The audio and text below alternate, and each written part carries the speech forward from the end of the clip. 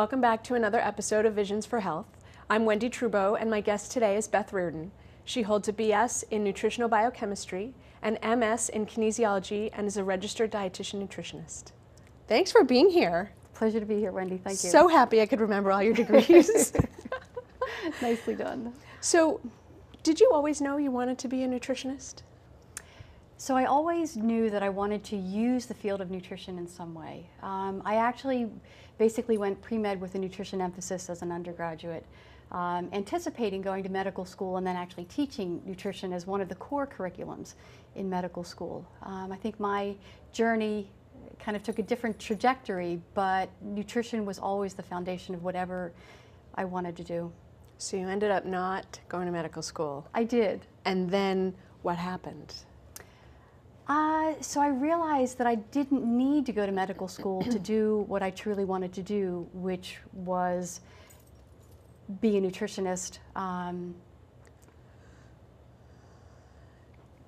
Did it take you a long time to get on that path? I mean, you also, in addition to all of your degrees, you do a lot of functional medicine around nutrition. So that, how did you bridge that gap? I know I just sort of jumped from where did you start to fast forwarding a number of years. So what I find interesting is that having studied nutritional biochemistry as an undergraduate, I was always interested in digging deeper and peeling back those layers and really trying to get to an understanding as to what was going on and why and how our environment, in particular our food environment, affected us. So the transition to functional medicine was really very natural. It was almost as if I was kind of waiting for it to become a field of study, because that's why I truly went into the field. So you were there philosophically, and then the field came. I was. So do you remember when you first found out about functional medicine? I do, and it was kind of funny. I have a brother who's a chiropractor, and many years ago he actually sent me an entire shoebox of zip drives of Jeffrey Bland's original talks that go back to the 1980s. Wow. So it was almost when I was graduating college that my brother was already in this field of functional medicine, and at the time I just kind of, dismissed it, maybe because I had so much else on my plate at the time, but that was kind of my first, the little light went on, and I'm like, this is exactly what I do. I didn't really know that there was a name for it or there was an application for it. Those are worth a lot now. It is a shoebox full. I have no more zip. I have to find a zip drive on eBay in order to play them back. But, I heard Jeff Bland talk so fast that you really had to run to catch up to listen to him. My head hurts when I listen to him talk. He's absolutely brilliant, but he's also quite an inspiration. So you found out about functional medicine many years ago. Many years ago. Okay. Many years ago. But it's only been in the last 5 to 6 years, I'd say, that I've really been involved in the training and the coursework, and really. How has that changed your practice, or how has that enhanced your practice? It's expanded it exponentially. It really gives me the tools that I need to help people heal. It's not enough to just see lab numbers on a sheet. It's actually sitting with that individual, hearing their story, and then actually having the technology and the testing and the knowledge to get to the underlying cause of what it is that's causing their symptoms. So you're using testing to see why people aren't feeling well, why they're not absorbing, why their energy is low, why they have pain, and translating it into here's the food you're eating and how it's impacting you. Yeah, absolutely. And it's so important for people to understand the why behind the what in order to make that shift, and then to see the change in their health. Do you find that when you're explaining this to people, they're receptive? They're totally receptive. It's almost like for the first time somebody's really heard them, and somebody is sitting with them who's going to help them figure it out. I certainly don't have all of the answers, but I'm absolutely with them on that journey to help them uncover what it is that's going on and why. I would imagine they've gotten to what I call the bad enough phase, that they're ready to make a change. Yeah, so true, so true. It's almost like how bad do you have to feel in order to kind of be able to come out of it and kind of work towards moving ahead, getting to the other end and feeling well. Now, you've spent a lot of time studying what I'll call how people eat or how people approach their food or think about their food. Can you talk a little about how you got into mindful food and mindful eating? When did you first start focusing on that? Probably, so before I was at Visions Healthcare, I was at Duke Integrative Medicine. So I actually had the gift of working with an amazing group of practitioners.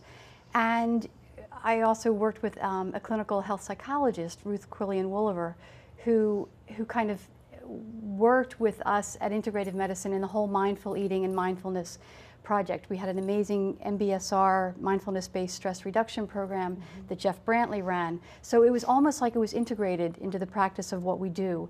And thoughtless almost. It was just the way it was. Yeah, exactly, exactly. And it was very, very mind-opening, I'll say. So from there, it was actually seeing what I did differently and trying to engage people to see what it is they were eating differently. It is about the relationship with the food that they're eating and why they're making the choices that we're making, what influences the choices that they make, and establishing a healthier relationship with the food that they're eating because it so directly impacts their health. You just gave me like 3 hours worth of a show because you're talking about how people think about their food. Yeah. Well, hold on, that they think about their food is a first step. Yeah. How they're thinking about it, how they're planning it, and how they interact with eating it. So there's a lot there because what you're talking about is flipping the light switch on to an area that is typically not very conscious. Yes, yes. It's bringing them into the present. And that's what we do in everything that we do. Being present, whether it's being present in our daily lives, being present in the food that we're choosing to eat, and what that means. So when you're having this conversation about being mindful around food, do people look at you like you have two heads or your hair is sticking over? Like, do they look at you cross-eyed, or do they say, oh, that's exactly what I need, or is it something in the middle? It's probably something in the middle. I kind of hand it back to them when I'm having that conversation. So, you know, for them, really, being mindful means choosing food that's worthy of them eating. And I think that's what really hooks people, because they get that it's not about me and it's not about my information. It's about helping them move forward to a healthier them. And in choosing foods that are worthy of them eating and not choosing foods that are not worthy, it kind of sets the tone for the choices that they then make, and any information that I may share or any part of that education just makes more sense because it's grounded in what's best for them. So do you find that you often have to drill down into the very basics of, let's talk about what foods are worth eating versus are not worth eating, or do people generally have a sense of what is and isn't worth eating? Where do you start with people? So I think generally they have a sense, but even before that, you know, if somebody doesn't have a very healthy relationship with the food that they're eating, then it's actually taking a step back with them in terms of what they're eating and the, excuse me, the why behind what they're eating. You know, is it about, it's not about that bowl of ice cream, it's about what's making them choose that bowl of ice cream. Is it that they're hungry? Is it that they're sad? Is it that they're anxious, they're angry? Or is it that that's the time that they used to spend with their father after dinner sitting in front of the TV? So it's more the emotional part of the what, and it's getting to the why. You know, what is it that you're truly in need of in that moment? So in order to ask oneself that question, one would have to slow down enough to say, why am I eating this right now? Yes. So you're first encouraging people to do full stop before their hand moves, essentially. Yeah. Yes, and it's in order to do that, I mean, I have them do some pretty crazy out of the box. Like what? Things. So I mean, we all know that we can, you know, put our tool in our non-dominant hand. So put the fork in your left hand if you're right-handed. So that's kind of an old adage. But there are people who are ambidextrous. And honestly, if they want to get to that plate of food, they'll get to that plate of food. So then I may have them use chopsticks. And they may use chopsticks in the right hand, but then I may challenge them to use their non-dominant hand. Anything that it takes to slow it down. I mean, almost envisioning there being a distance between you and that action, whether it's, you know, going to the cabinet or the refrigerator or the plate of food in front of you. Just leaving yourself space, giving yourself space and time to make that decision. I can imagine people would fail relatively frequently when they start to be mindful, because I would say that being mindful is a lifetime practice and doesn't go from not mindful to mindful perfection. So being human, how do you walk people through, look, you're going to be not mindful at times or unconscious? Yeah. How does one, and then people come in and I'm assuming say to you, Beth, I fell off the wagon, I cheated, or whatever that is, and it's not usually associated with joy. Yeah. So how do you support people? Because I know they don't want to come to you to tell you that they didn't do perfectly. They'd want to come and say, I did a perfect job. So how do you support people before they get back to you? Yeah. How do you support people when they've fallen off the wagon? What are those tips and techniques? So you're mindful for 2 days and then something happens. Yeah. What do you do? So I think first it's important to acknowledge that we're all human and we fall into bad habits just as easily as we fall into good habits. And we never intend to fall into bad habits, but we do. And just like good habits, it's almost like we practice the bad habit as we practice the good habit. Of course, we repeat the bad habit. We do, but we don't do it with the intention of creating a bad habit. Life happens. I mean, we all know we turn around twice and it's 5 years later and we're still doing the bagel or Dunkin' Donuts for breakfast. Right. And we never intended that to be our breakfast, but it just happened. So it's about first recognizing that and acknowledging that just as we fall into a bad habit, we can fall into a good habit, but it takes practice. And it might take failing, and it's only failing if we don't learn by it. So it's really engaging them in that learning process, and that may mean journaling.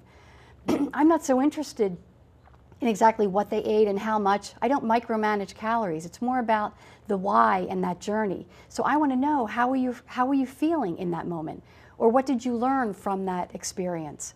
So, and it's about moving barriers or working around barriers. What do you know about yourself in that moment, and how can I help you make a different choice and have a different outcome? So how much of this has to do with people's upbringing around food? Because certainly, even my husband and I will have drastically different opinions about food, yes. And we both grew up in the same religion, but different families. Yes. So how much of that, are you really working with people to uncover their beliefs around food?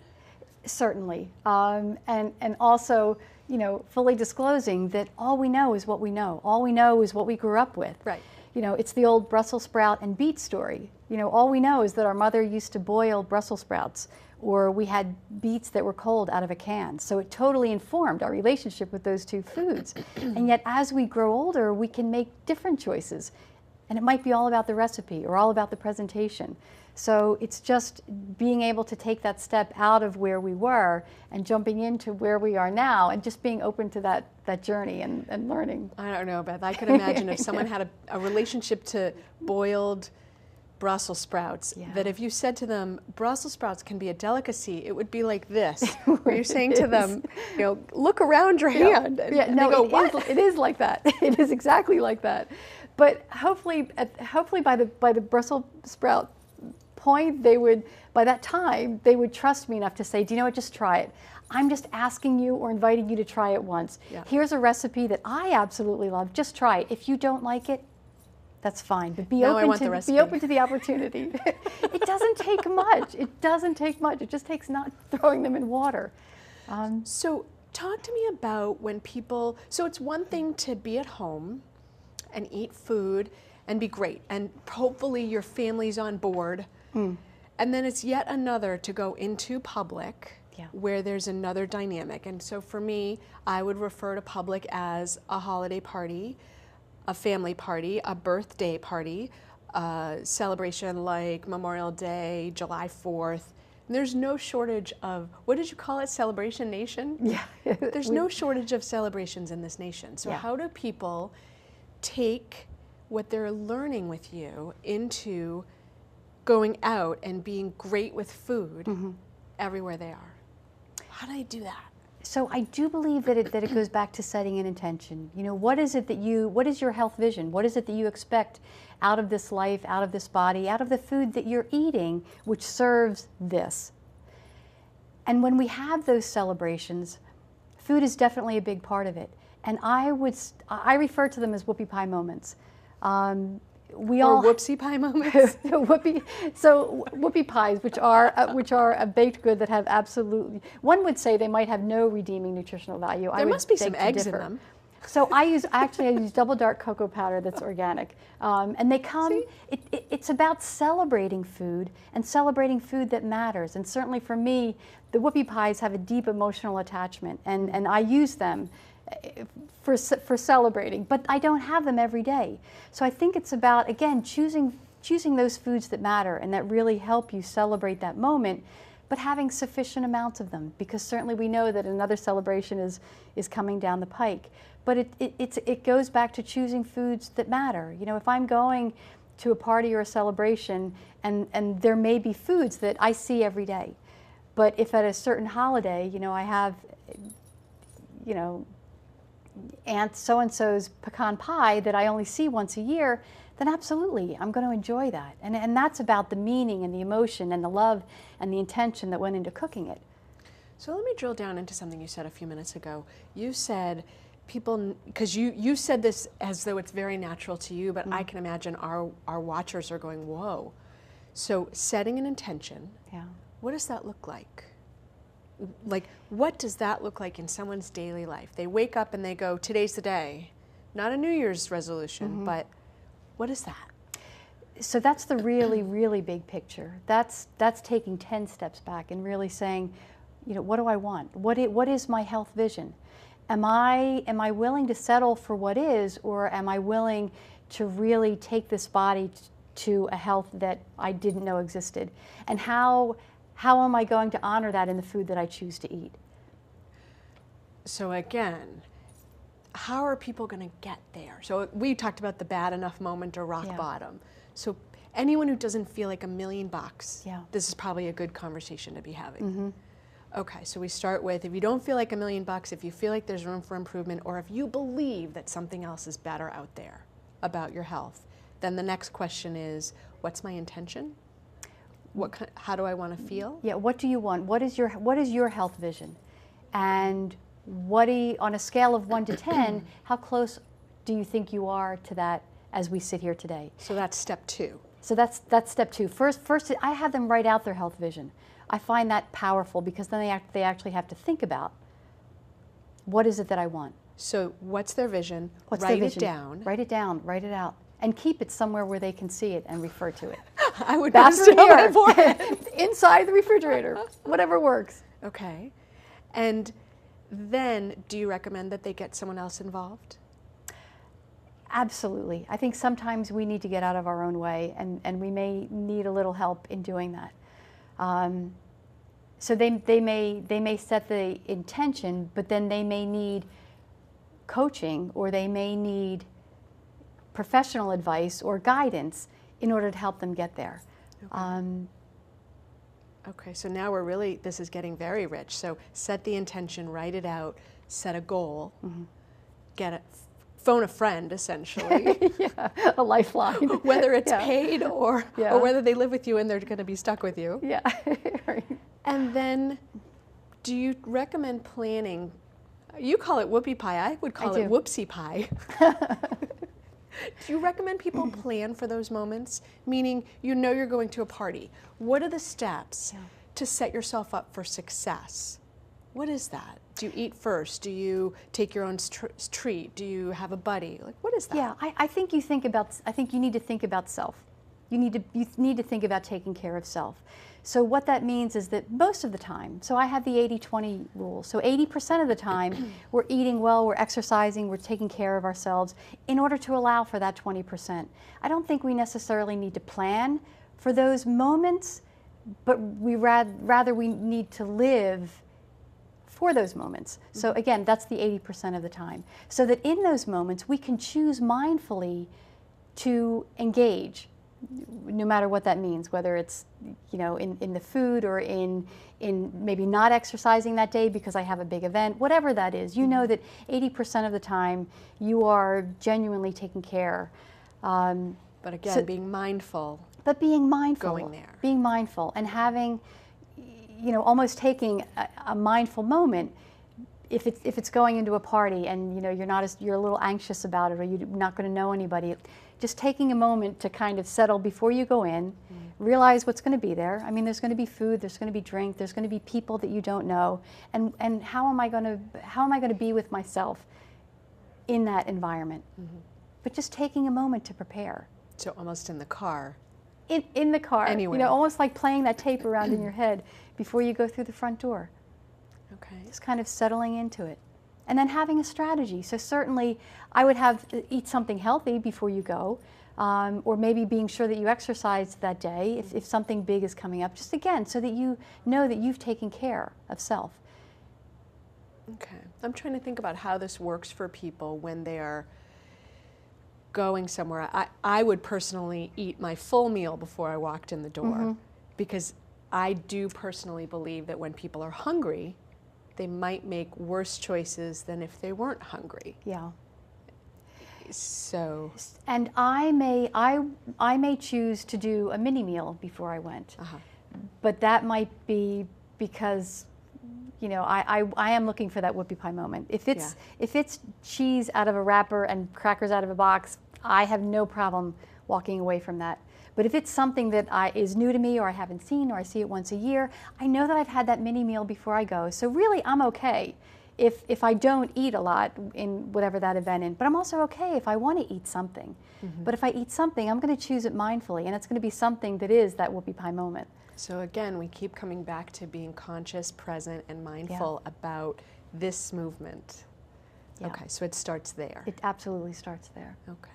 And then when people, I think you're very mindful about your whoopie pie moments, but I get the sense that for some people, their whoopie pie moments may not be in an 80-20 ratio, maybe they're more in a 50-50 ratio, and that's not serving them. Yeah. So how does one get out of what I'll call self-recrimination, anger at oneself? How do people get out of that?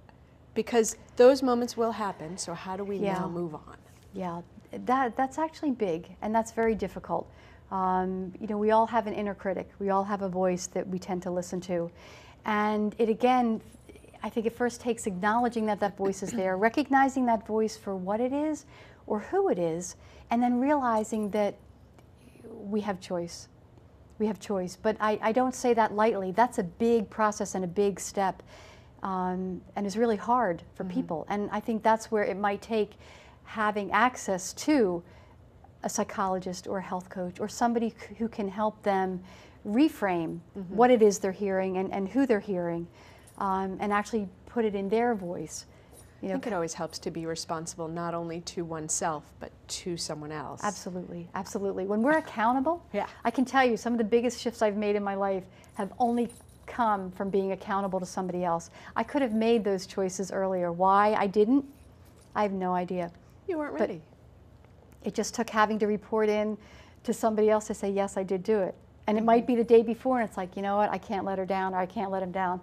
I said that I would do it, and if I am true to my word, and I do it. But such an interesting sort of juxtaposition, because obviously the change that we make for ourselves is the most powerful and long-lasting, and yet having someone to be accountable outside of ourselves provides, I would say, a nice mirror to say, Beth, did you do what you said? Were you who you said you would be? Yeah.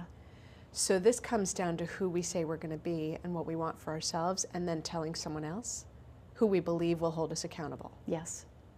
Yeah, and there's something very powerful in that. So not telling someone who might want us to secretly fail. Yeah, and we know who those people are. Yes. Who aren't genuinely delighted with our progress. So to tell it to someone who's truly our champion. And okay. Yeah. All right.